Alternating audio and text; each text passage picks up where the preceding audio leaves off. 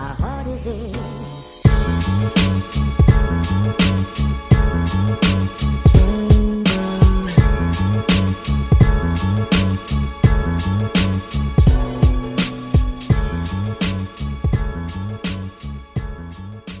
Questions and comments. Instructions will be given at that time. As a reminder, this conference call is being recorded. I would now like to turn the conference call over to Kelly Swanson. Kelly, please go ahead. Thank you, operator. Thanks, everybody, for joining us today. Before I introduce the participants, I'd like everybody to know that we have close to 200 people on this call, and we ask you to be mindful of your questions so we can get as many questions in as we can within the allotted time that Mr. Mayweather has given us. Today on the call, we have none other than the greatest fighter on the earth, Floyd Mayweather, 11-time world champion, joined by pardon me? Well, you know, that's not my. No, that's not what they call me. What is it? The TBE. Okay, TBE, that's what it is. Floyd Mayweather, 11-time world champ. We can rock and roll now. My champ. And Leonard Ellaby, CEO, Mayweather Promotions. Leonard, please start with the introductions. Thank you. Thank you for everyone for joining us on the call. Sorry for the delay today. We'll jump right into this. Without further ado, none other than Floyd Mayweather himself. Hey, how you doing, everybody? I want to thank Leonard. I want to thank Kelly. I want to thank my team. I want to thank all the media from around the world that's been covering this fight. I want to thank everyone to say that you guys have been doing a great job, and I appreciate you as well as my team. Okay, operator, let's open up for questions, please. Thank you. If you would like to ask a question or have a comment, please press star 1 on your telephone keypad. This will place your question in the order it was received. Once again, if you would like to ask a question, please press star 1 on your telephone keypad now.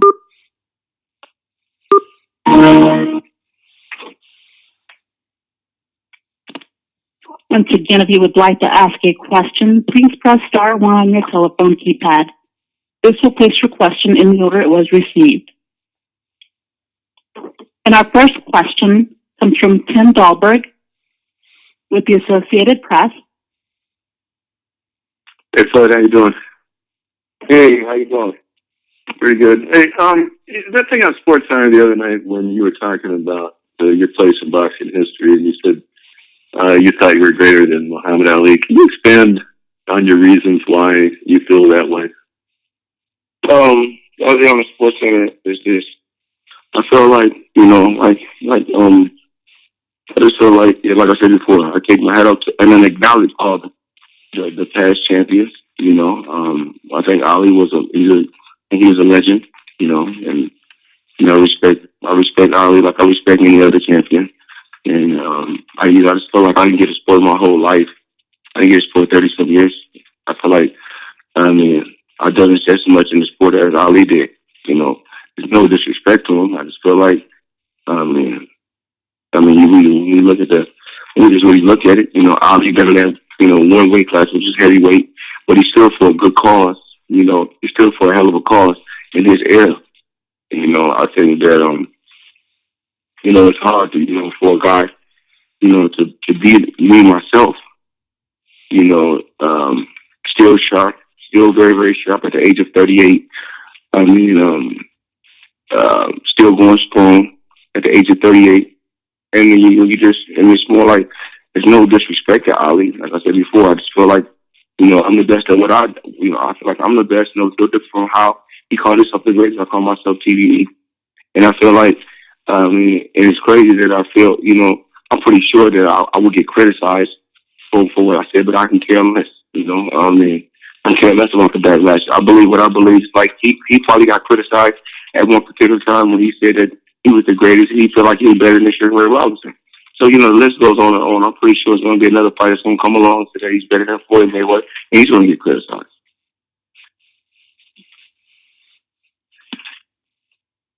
Our next question comes from Andreas Hell with The Ring Magazine. Hey, Floyd, how you doing? Hey, how you doing? Pretty good, man. I want to ask you, with all the talk that Freddie Roach has done, do you think that Manny Pacquiao believes anything that Freddie is saying when it comes to this bad guy and all this other stuff? Or do you think he's just, kind of blowing smoke? I mean, the thing is this, what I come to realize, which was a brilliant, I had a brilliant game plan. I'm saying a brilliant game plan to get to where I'm at in my career. I had a brilliant game plan. But to answer that question about Freddie Roach, I'm not going to speak negative about Freddie Roach. I don't have to at all. I mean, if I say something about the guy, then they're going to be like, Floyd is picking on a guy who's not 100% healthy. Okay? Then if I comment on some of the stuff he said, he's trying to make, then he's making this basically, basically a God and devil type thing. So the best way to handle a situation like that is not to say nothing at all if you don't have nothing positive to say.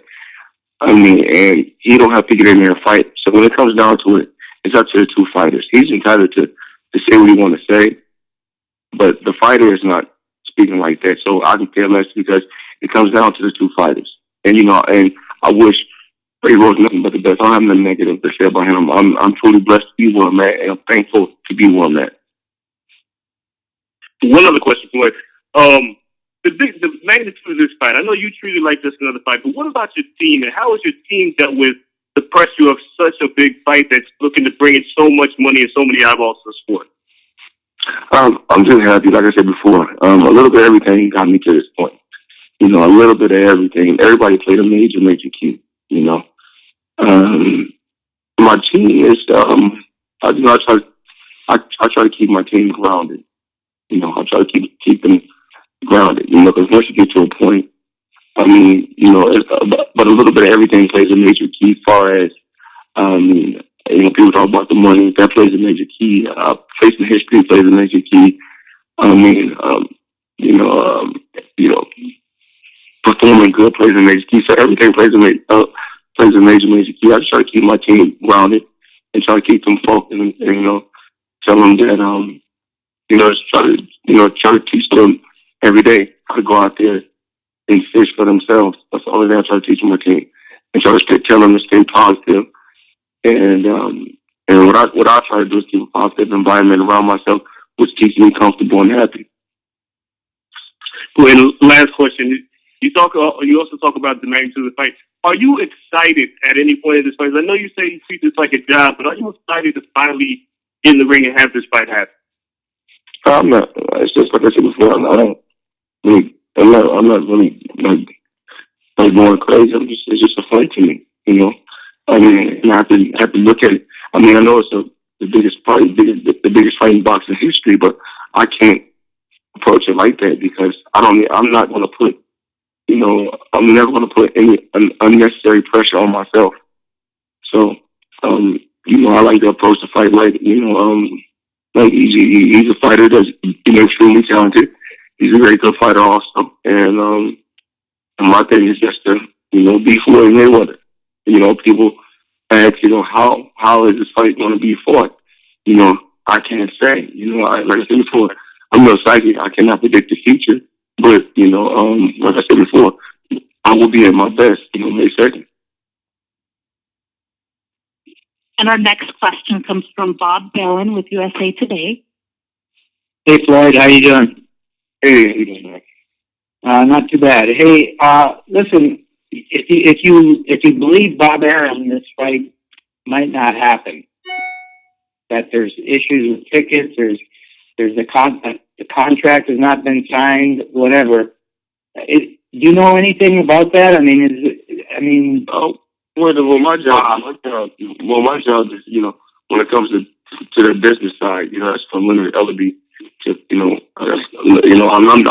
I don't try to worry about tickets. I try to worry about the guy that's in front of me. It's going to be, Manny Pacquiao. That's my whole focus. If tickets is something that, I don't really deal with. Our next question comes from Kevin Mitchell with The Guardian. Hi, Floyd. Hey, how you doing, Kevin? I'm good. Have you trained harder for any previous fight than you have for this one? And would that be down to your respect for Manny, or the fact that you need to work a bit harder the older you get? Well, when you're trying to perform, basically when you're at this level, you always want to perform extremely well. So you don't want to overtrain. You want to train to where you're completely ready to go out there and be at just over 100%. So as far as just training camp, I've trained extremely hard. I believe, and we'll just see how everything plays out. I'm hearing reports, Floyd, that you're looking stronger and fitter than ever. Well, some people say they say that every day. I'm actually heading to the boxing gym right now as we speak. But hopefully, we'll just have to see. That's why, I'm at this level, at the pinnacle of my career, because I've been pushing myself for so long and working so hard. I know you don't like to look past your fights. Can I just ask you about Amir Khan? Is he still in your plans? My focus right now is, the guy that's in front of me. My last fight in September, and I can't say who I'm going to fight in September, but like I said, I don't ever want to overlook anyone. So, I believe it takes one fight at a time. As of right now, Manny Pacquiao is the guy that's in front of me, and that's my focus. Our next question comes from Mike Woods with Deep Science. Hey, Floyd, thanks for taking the time. I appreciate it.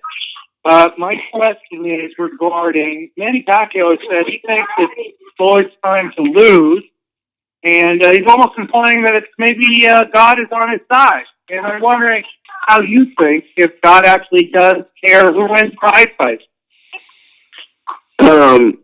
No disrespect, but that's a rhetorical question. So, you can ask me another question, but that's a rhetorical question.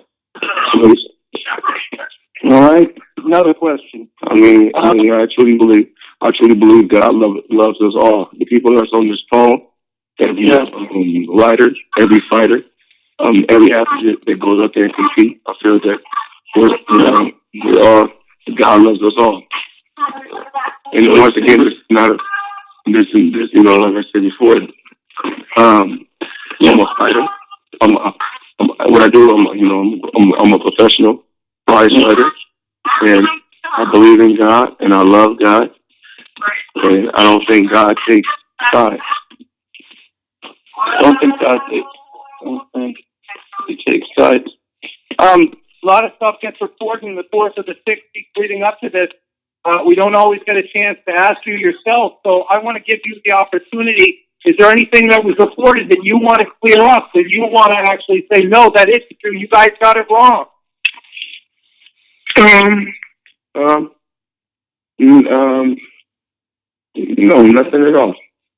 Because once my career is over, definitely I'm going to read everything anyway, that all the articles that people has written. I try when I come home I leave boxing at the boxing gym.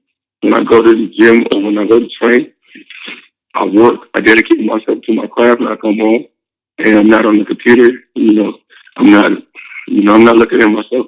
I'm not buying magazine covers with me on the cover. I'm not on the computer. Looking up articles. I can care less about all that. My job is to go out there, perform, and be at my best, and just be the best that I can be in the sport of boxing. Right, and our next question comes from Dan Raphael with ESPN. Thank you. Hey, Floyd, how are you? What's up, Dan? Everything is good. Floyd, I heard your earlier comments where you talked about, your answer to Tim Dalver's question about Muhammad Ali. So I know you, in your opinion, you believe you're already the greatest fighter of all time. So my question for you is, in your opinion, what would a victory then against Pacquiao do for your legacy? And how much would it enhance your legacy? It just says, another, I just look at the situation like he's another guy that, that I faced. You just want to say in history that these two faced each other at one particular time. It was hard to make the fight happen. Eventually, they made the fight happen, and then we faced each other. Do you believe, though, that a victory would in some way enhance your legacy? I'm not sure because, I'm not the one that's putting myself in the history books. Well, so, a lot of people... Oh, go ahead. A lot of people what? Let's say a lot of people look at the fight. They know that you've had a great Hall of Fame type career, that Pacquiao's had a great Hall of Fame type career, and because you fought each other, or you're fighting each other where you're of the same era, you're in the same weight class, that the winner of the fight will be viewed by the public as basically the king of this era. What is your perception of that notion? Everybody's got to have one thing. So I look at the situation. Do you think it's true, though, that the winner of the fight will be declared, in essence, by the public as the king of this era? I can't really say. I don't really know. I mean, I just look at Ali's career. He fought. When he fought, he looked. I look when he fought. I think he lost a fight over 7 fights. And, just before, but I mean, when I got older, I know that he lost. For 7 fights, I know some other fights that he lost, and he still don't. That's the greatest. Because that's what he put out there. So that's what it is. Our next question comes from Jerry Coleman with CBS. Hey, Floyd, I know, gosh, you're going to earn so much for this fight. You've made so much for your career. You're the head of the money team. The wonderment on a lot of people's minds is, when the career is over, will you have enough money for the rest of your life? Do you ever worry about losing it all? I'm blessed. I made I'm blessed. I made some good investments. So if I wanted to retire today, I could. So that means there's no fear of bankrupt whatsoever in terms of the gambling and the other involvements that you spend? I made some good investments, and if I wanted to retire today, I could. Our next question comes from Robert Little with Black Sports Online. Good afternoon, Floyd. My question is, you said at the press conference that you thought that Pacquiao was surprised at how much bigger you were than him. Can you talk a little bit about that, and then also some of the strategic aspects of being the bigger fighter in the ring on May 2nd? It's on some of the other fights, you've been the smaller guy. Well, normally when I face an opponent, they normally outweigh me by 17 to 20 pounds, on fight night. And this been going on for a good while now. I can tell when I first, you can not just read the guy's body language. I think when Pacquiao first seen me in Miami, he didn't expect, when I see him at the Miami Heat basketball game, I kind of shocked, like, damn, he taller than he's bigger than what I thought he was. When you profile a fighter, because I'm able to read a fighter, just being in the sport for so long, you're able to read body language, you're able to read a fighter's eyes. And the second question that I had for you is about Freddie Roach, but a little bit different from what was asked earlier. Do you feel that some of the trash talking is Roach being nervous about the fight and trying to get a psychological edge on you? I'm not fighting Freddie Roach, so I'm not worried about that at all. Freddie Roach, he's Pacquiao's trainer, and he's going to do what he has to do for his fighter to win. So if that's trying to get an edge, then that's what he should do. All right, thank you, Floyd. Thank you. Our next question comes from Nikhila Tolliver with TV1. Good afternoon. How are you? Hey, how you doing? I'm fine. My question is, I've noticed this fight right here, I've noticed that you've been, like, very silent. All the other fights, you've always been a vocal fighter. Why the silence this time? I don't know, if you've been doing your homework or you've been reading about this, this is exactly what I've said. Even in my interviews, I said we had a brilliant game plan. I was, even from day one when I was with Bob Arum, I said, I wanted to work extremely hard to get to a certain point in my career, which is to get to a point to be the first fighter to ever make nine figures in one night. And it took a game plan. It took me going out there winning. It took me speaking out with a very, very loud voice, having a lot of personality. But as you get older, you mature. I mean, I think you have to trash talking for 17, 18 years and constantly saying, look what I've done. Look at me. You know what I'm saying?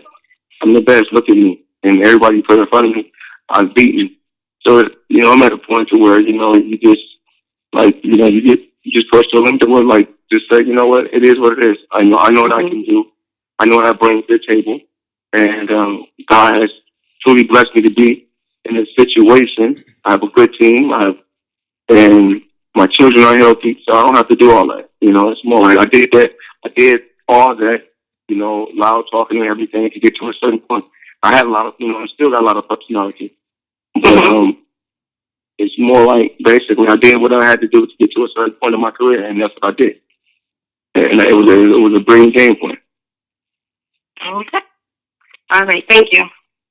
Thank you. Okay, we have time for two more questions, and we're going to let Floyd go. So go ahead, operator. Our next question comes from Brian Graham with Guardian. Hey, Floyd, how you doing? Hey, how you doing? Doing okay. You've said this is a job for you, and you approach every fight the same way, but you've also said, many times this is the biggest fight in boxing history. From your personal point of view, how would this fight and this promotion been different from the many other big events that you've been a part of? It's actually been kind of the same. It's been kind of the same, just a little bit over the top, but I just try to stay relaxed. That's my main thing. It's a very, very huge event. I can remember, every day. Sometimes, I think about when Mike Tyson, got out the prison and he was boxing, and when he was fighting at the MGM Grand, I would go to the MGM Grand, and I was a professional at that particular time, just starting. I would go to the MGM Grand, and some people would know me, so I would take pictures and just sign a few autographs. But I was like, man, basically, the MGM Grand would never be this packed again. That's what I thought. So, I was only 19 years old at that particular time. But, that was in 96. But then, I kept believing, though. I always believed that, I could do record-breaking numbers. And I just needed the right team with me. And I needed it took a little bit of everything. The right fights, the right team, and we made it happen. And just one more thing, beyond all the trash talk and salesmanship, you've always been a guy that, when it comes down to it, is very respectful of his opponents. I think it's part of your secret. Is there anything that you admire about Manny Pacquiao, either the fighter or the person? Oh, well, he's got to this point by doing something right. It's obvious he's done something right to get to this point, and so I have to respect that. Thanks, Floyd. I appreciate it. Good luck. All right. And our last question comes from Angelica Shmeme with the TV5 Manila. Hi, Floyd. Good afternoon. Thank you for giving us your time. I have two questions, if you'd allow it. No problem. Yes, go ahead. The Filipino fans are expecting or hoping for a very aggressive Manny in the ring. Is this something that you're training for, and something that, or are you just going in the ring and fight your fight, make the adjustments along the way as you have so successfully throughout your career? If you're basically asking what's my game plan is to win. That's basically what my game plan has always been, is to win. And a lot of the animosity from the Filipino fans towards you, not directed to you as a great boxer, but more as someone who can put an end towards the Filipino heroine's career. Can you comment on that, or do you honestly believe that you would put an end to the Filipino heroine's career? Well, my thing is this. I feel that we're all God's children, whether you're American, Filipino, African, Dominican, Asian. We're all God's children. So people are going to root for who they want to root for. Simple and plain. I'm pretty sure I got Filipino fans that like me, and I'm pretty sure you got some Black American fans that like Pacquiao. So. I don't look at, I never try to focus on anything like that. My focus is to get the people what they really want to see. The best facing the best, and that's what I've done throughout my career. And, he's one of the last guys. He's one of the last good fighters of this era. And so it's a fight that had to happen, and I'm glad that the fight has happened. We're very glad that it's happened. One last question on me. If you have a moment, you've done so well. But if I'm not mistaken, I got to share mine. You said 2 questions. Now we have 3. Talk to me now. Let me know.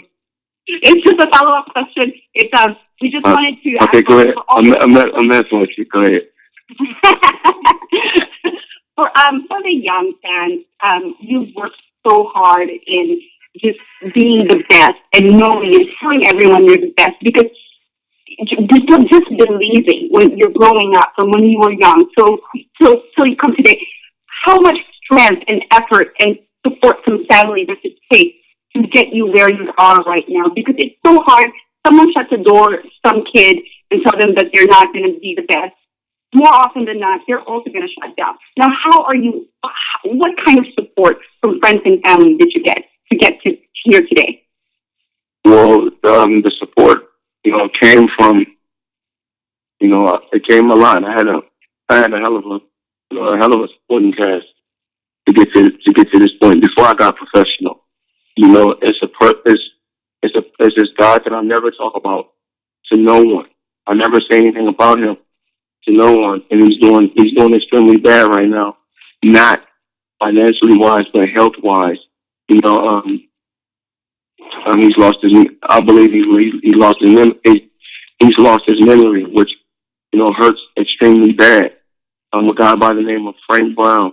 I've been knowing him since I was the age of 3, and he has supported me more than anyone. He has always said that Floyd, one day you'll be the best man in the world. He's always taken me to church, taking me to do different activities. And he was like a grandfather to me, Frank Brown. And he's a guy that when I used to fight, he would drive anywhere. It could be in Little Rock, Arkansas. He would drive from Grand Rapids, Michigan, to come support me. And he would sit in the room with me, and he would, say prayers with me. And, he's a guy that I would never forget, because he was there from the age of 3 until I think I fought. Right after I fought Delaware, because he started, he's up there in age now. Yeah, he eventually lost his memory, so he's not, he's got a home, he's got a, old folks home now. So it really hurts, but I love that guy so much, You know, I think about him all the time. Thank you, Floyd. Okay, that's our last question. Thank you, everybody, for joining us. Floyd, any final comments? I just want to tell everybody thank you for you know, all the stories and all the articles you guys, you know, wrote. Thank you so much. My team appreciates my team. I appreciate you all as well as myself. Thank you. Thank you. Okay, thanks, everybody. That concludes our call. Thank you for joining us today. That concludes the conference call.